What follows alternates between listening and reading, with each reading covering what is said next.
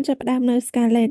ឥឡូវនេះ Teresia នឹងបានបាត់ខ្លួនគេថាប្រកាសជាស្នាដៃរបស់សាសនាផាលមៀនោះមិនខាន Scarlet ដូចជាមិនសូវស្រួលចិត្តទេដែលគ្រប់យ៉ាងខ្លាចទៅជាបែបនេះហើយពេលនេះដែរមានអ្នកផ្ញើសម្បត្តិមកអញ្ជើញនាងអ្នកដែលអញ្ជើញនាងទៅគឺឈ្មោះ Diana Scarlet នឹងបាននិយាយថាមានរឿងអីកើតឡើងខ្ញុំត្រូវតែការពារឲ្យទាល់តែបាននាងបានស្នើរឿងនេះទៅកាន់បងប្រុសហើយនឹងទៅលំហែកាយនៅអនសេនតែលេអូនោះមិនយល់ស្របទេនាងកំពុងតែរកលេសដើម្បីទៅវាយនរណាទៀតទេដឹងនាងសួរថាហេតុអីបងប្រុសមិនទុកចិត្តខ្ញុំមិនមែនបងប្រុសប្រាប់ថាយើងមិនអាចទុកចិត្តប្អូនបានទៀតទេព្រោះមុននេះដែរប្អូនបានសន្យាថានឹងស្មោះស្ម័គ្ររីបុត្រាជូលៀតឥឡូវនេះស្អីទៅគេខំគិតថាប្អូនស្រីរបស់គេចេះគិតគូរតែមើលទៅនាងដូចកំពុងរកលេសទៅវាយនរណាអញ្ចឹងនៅកាលនឹងឃើញនៅក្នុងផែនទីថាទីតំបន់នោះសុទ្ធតែជាទីតំបន់អ្នកបរិសុទ្ធឬមួយនាងចង់ទៅវាយអ្នកបរិសុទ្ធឬអូពិតជាមួម៉ៅខ្លាំងមែនទែនវាយមនុស្សធម្មតានៅទ្រាំបាននេះចង់ទៅវាយអ្នកបរិសុទ្ធ Scarlet ប្រាប់ថាសម្រាប់នាង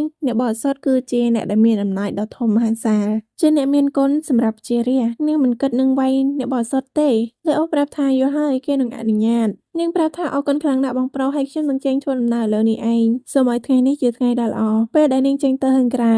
នាងបានជួបជាមួយនឹងរេបត្រាជូលៀតភ្លាមធ្វើឲ្យស្នាមញញឹមរបស់នាងបាត់មួយរំពេចរេបត្រាជូលៀតប្រាប់ថានាងមកយឺតម្លេះហើយមើលមុខនាងដូចពេញចិត្តខ្លាំងណាស់មិនមែនដែលឃើញគេមកចាំទទួលអញ្ចឹង Scarlet បាននិយាយរឿងគ្រប់យ៉ាងប្រាប់ទៅកាន់រីបត្រាធ្វើឲ្យរីបត្រានោះពិតជាអត់សំណើចណាស់លេអូមិនជឿថានាងទៅរកអ្នកបរិសុទ្ធតែបែរជឿថានាងទៅវាយអ្នកបរិសុទ្ធទៅវិញចុះនាងទៅវាយអ្នកបរិសុទ្ធពិតមែនអត់ធ្វើឲ្យនាងខឹងមែនទេហើយក្តៅឆេវហ្មងនាងប្រាប់ថាអញ្ចឹងសូមដល់ម្ដាយបានអត់រីបត្រាជប់ញ៉ោះគ្នាសិនការដែរគាត់វិនចាប់ផ្ដើមនៅលេងស្ងៀមធ្វើឲ្យនគររបស់យើងធ្លាក់នៅក្នុងគ្រោះថ្នាក់អ្នកចិត្តខាងអីប្រហែលកំពុងតែចាំខ្លុំមើលពួកយើងហើយផ្ទៃក្នុងបង្គោលយើងក៏មិនបានស្ងប់ស្ងាត់ទេរញ៉េរញ៉ៃខ្លាំងណាស់គេបានយកមកចូលចិត្តនាងឲ្យប្រាប់ថាដូច្នេះនាងត្រូវតែប្រុងប្រយ័ត្នខ្លួនផងប៉ុន្តែនាងបានបែរទៅបង្អួចទៅបានគេសួរថានាងឃើញហើយមែនគោលដៅរបស់ពួកយើងទីនេះគឺជាកំផែងមិនបរិសុទ្ធឡោមព័ទ្ធសាសនាស័ក្តិសិទ្ធិជាទីតំបន់ដែលស្វែងរកធម៌អានៅទីនេះដែរគឺជាទីកន្លែងសាសនាផាល់មៀហើយនឹងទីកន្លែងរបស់សាសនាឌីយ៉ាណាផងដែរ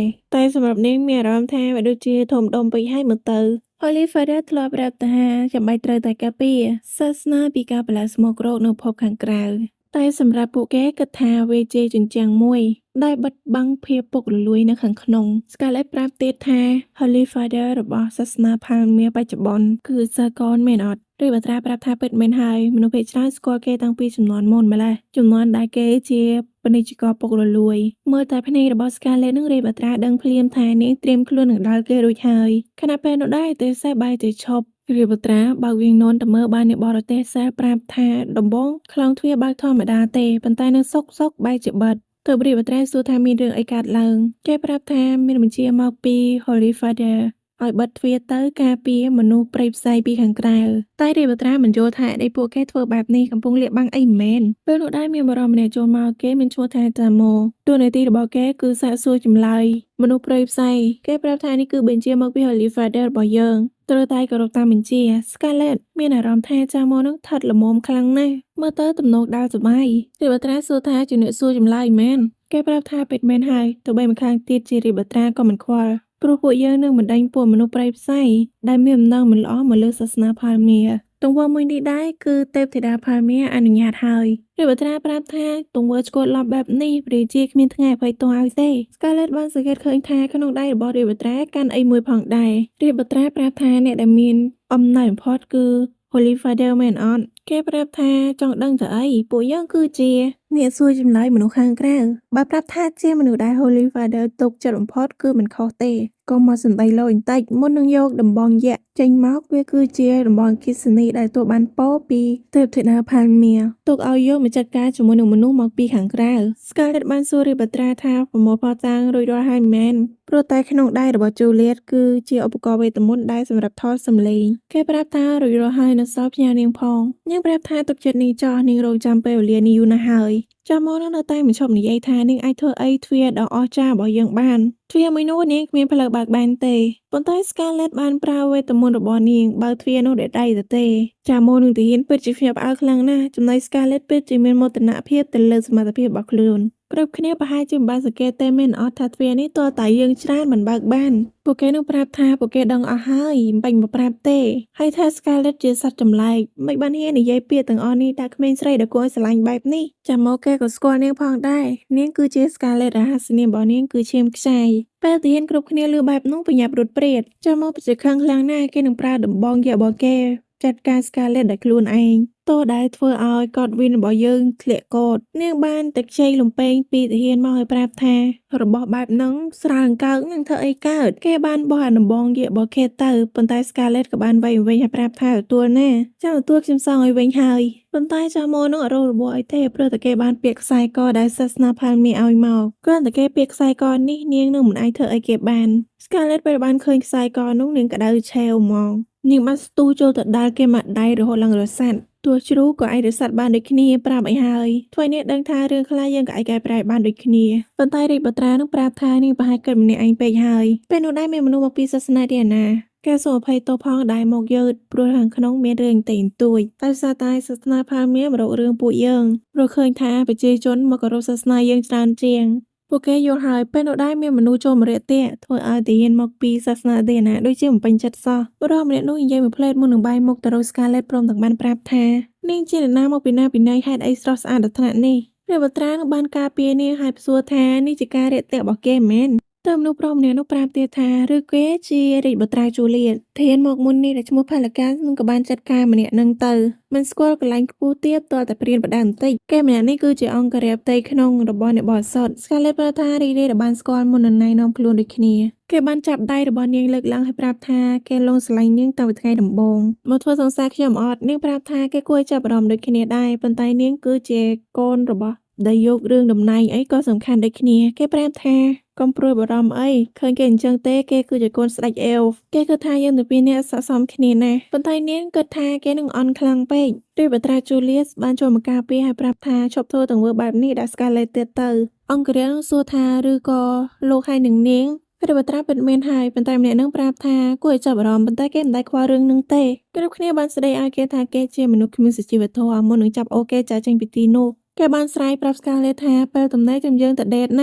ាលើការសុំទោសជំនួសអង្គរៈម្នាក់នោះផងគេទៅចូលទៅបានមួយឆ្នាំទេ Scarlett គិតថាគេគួរចាប់អារម្មណ៍ដូចគ្នាដែរព្រោះគេដឹងថាពេលនោះដែលនាងកំរើកដៃកំពុងតែចង់ដាល់គេទៅព្យាយាមចាប់ហើយចោលរាជបត្រាចាប់ដៃនាងយូរប៉ុណ្ណាទៀតហើយមុននេះដែលអង្គរៈម្នាក់នោះនិយាយថាអញ្ចឹងទេអីបានន័យថាម៉េចប៉ុន្តែរាជបត្រាបានរត់ទៅមុនបាត់ក្រោយមកទាំងពីរនាក់បានមកជួបឌីយ៉ាណាហើយប្រាប់ថាទោះបីយើងមកបញ្ញាតែយើងសុំប្រជុំបន្តិចដូច្នេះហើយមិនចាំបាច់មានអ្នកណាមកតាមទេមុននឹងចូលទៅរងចាំនៅក្នុងបន្ទប់ប្រជុំដោយមានផាឡាកាសនៅទីនោះដែរ Scarlett សួរថាមានរឿងអ្វីខុសប្លែកពីធម្មតាមែនរាជបត្រាប្រាប់ថាអត់មានទេតែការដែលអត់មានអ្នកតាមមកវាល្អជាងពេលនោះដែរឌីយ៉ាណាបានរត់ចូលមកក្នុងបន្ទប់ព្រមទាំងហៅ Scarlett ថាបងស្រី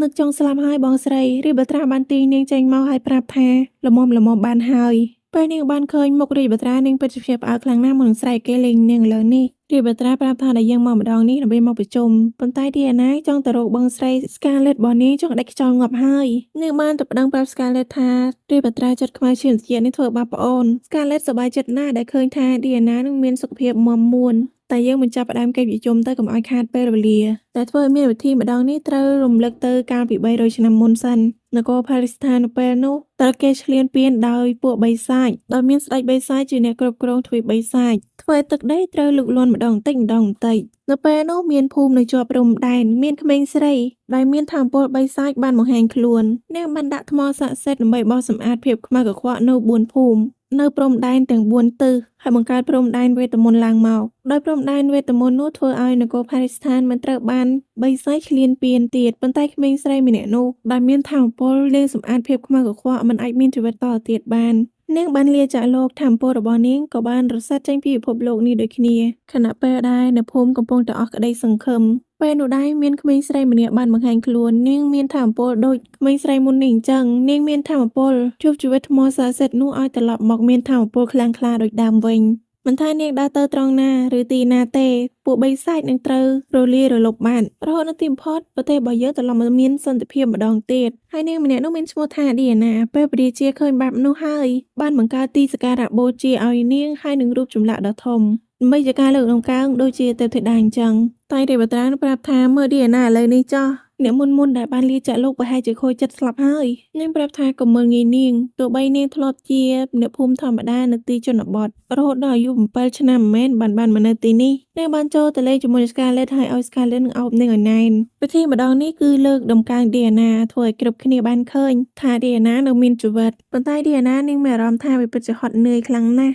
គេប្រាប់ថានាងត្រូវតែទ្រាំការដែលគ្រប់គ្នាបានឃើញថា Diana នៅមានជីវិតគឺជាអ្វីដែលសំខាន់បំផុតវាជួយដាស់តឿនដល់សាសនាផាមីផងដែរទោះបីថាអំពើរបស់នាងឥឡូវនេះបាត់អស់ក៏ដោយលុះបែបនោះហើយនាងពិតជាមានទឹកមុខក្រៀមស្រពោនខ្លាំងណាស់ទៅបានជា Scarlett ស្ដីឲ្យរាជបុត្រា Diana ធ្វើជារឿងមាំប្រាប់ថាមិនអីទេវាគឺជារឿងពិតស្រាប់ហើយតើ Scarlett នឹងនៅទីនេះឬអត់ចុះនាងនឹងទៅត្រៀមបន្ទប់ទុកឲ្យមុននឹងសុំខ្លួនចាក់ចេញទៅ Scarlett គិតថាក្នុងចិត្តរបស់នាងប្រហែលជាក្រៀមស្រពោនតែនាងត្រូវតែរឹងមាំគ្រប់ពេលវេលារាជបុត្រាប្រាប់ថាគេសុំទោសផងគេភ្លក់មាត់និយាយមិនល្អបាត់ហើយនាងប្រាប់ថារាជបុត្រាប្រកែកខាងនិយាយប៉ុន្តែមិនយកចិត្តទុកដាក់លើរឿងមនុស្សស្រីសោះយប់ឡើង Scarlett បានមកគេងជាមួយនឹង Diana ហើយបាននិយាយរឿងដែលខ្លួនឯងបានជួបប្រទះ Diana គិតថា Scarlett ពិតជាពូកែខ្លាំងណាស់ធំឡើងនាងចង់ក្លាយជានារីរឹងមាំហើយស្អាតដូចជា Scarlett អញ្ចឹងនាងមិនចូលចិត្តពួកមនុស្សប្រុសទេពួកគេមានមាឌធំសាច់ដុំធំអញ្ចឹងអីនាងមិនអាចទទួលយកបាន Scarlett បានសួរទៀតថាចុះរាជបុត្រាជូលៀត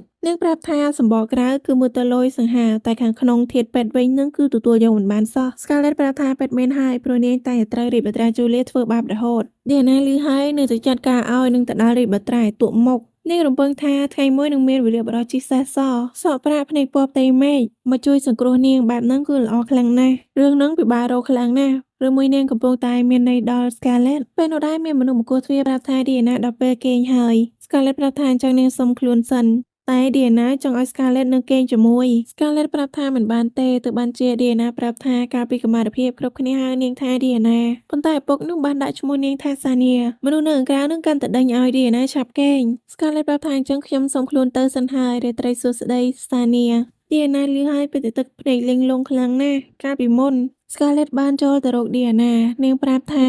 នាងលែងមានថាមពលហើយនាងមិនអាចក្លាយជាអ្នកបរិសុទ្ធតទៅទៀតបានទេ Scarlett មានអារម្មណ៍ថាព្រះជាម្ចាស់ពិតជាចិត្តអាក្រក់ណាស់ដែលធ្វើរឿងបែបនេះដាក់មនុស្សនាងរំពឹងថាថ្ងៃស្អែកនឹងមានរឿងអីកើតឡើងទេនៅទីបំផុតដល់ថ្ងៃកម្មវិធីហើយ Diana បានបង្ហាញខ្លួននាងពិតជាស្រស់ស្អាតគ្រប់គ្នាគឺស្ញើសរទៅលើនាងបានប្រើវេទមន្តទឹកធ្វើឲ្យមានទឹកធ្លាក់មកតិចៗតែប៉ុណ្ណេះ Scarlett និងរាជបុត្រាដែលឈរមើលពីចម្ងាយធូរចិត្តតិចហើយដែលឃើញថាគ្រប់យ៉ាងវារលូនអញ្ចឹងពេលនោះដែរពួកគេបានឮសំឡេងអ្វីមួយផាំងប្រៀបដូចជាសំឡេងអីមួយផ្ទុះអញ្ចឹងឬវាជាកំភ្លើងធំវាមានរឿងអីកើតឡើងឲ្យប្រកបប្រជាពលរដ្ឋគឺភ្ញាក់ផ្អើលខ្លាំងណាស់ Diana ប្រាប់ឲ្យគ្រប់គ្នាស្ងប់ស្ងាត់ចិត្តត្រជាក់អាណាចិត្តត្រជាក់ស្ងប់ស្ងាត់ធ្វើទៅតែ Scarlett នឹងមិនបានត្រជាក់ជាមួយទេនាងកំពុងតែស្វែងរកពីទីកន្លែងដែលបាញ់កំភ្លើងធំនោះមកសំឡេងនោះវាមកពីសាសនាផាល់មៀទើបបានជានាងស្ទុះទៅយ៉ាងលឿននាងឃើញថារូបចម្លាក់ទេពធីតាផាល់មៀគឺកាន់ដំបងលយខ្លាំងណាស់អញ្ចឹងសូមខ្ចីយកទៅប្រើសិននាងបានលោតទៅជន់រូបចម្លាក់នោះវាធ្លាក់បែកខ្ទេចខ្ទីអស់ហើយសង្ស័យសង្គ្រាមកើតឡើងឆាប់ៗនេះឯងមើលទៅដូចកិច្ចបំផុតសង្គ្រាមឈាមខ្ចាយទេហើយរឿងកំហឹងព្រះនាង Scarlett ក៏បានស្លេះត្រឹមហ្នឹងសូមអ្នកទាំងអស់គ្នារងចាំតាមដាននៅភាគបន្តសម្រាប់ថ្ងៃនេះសូមអរគុណសូមជម្រាបលា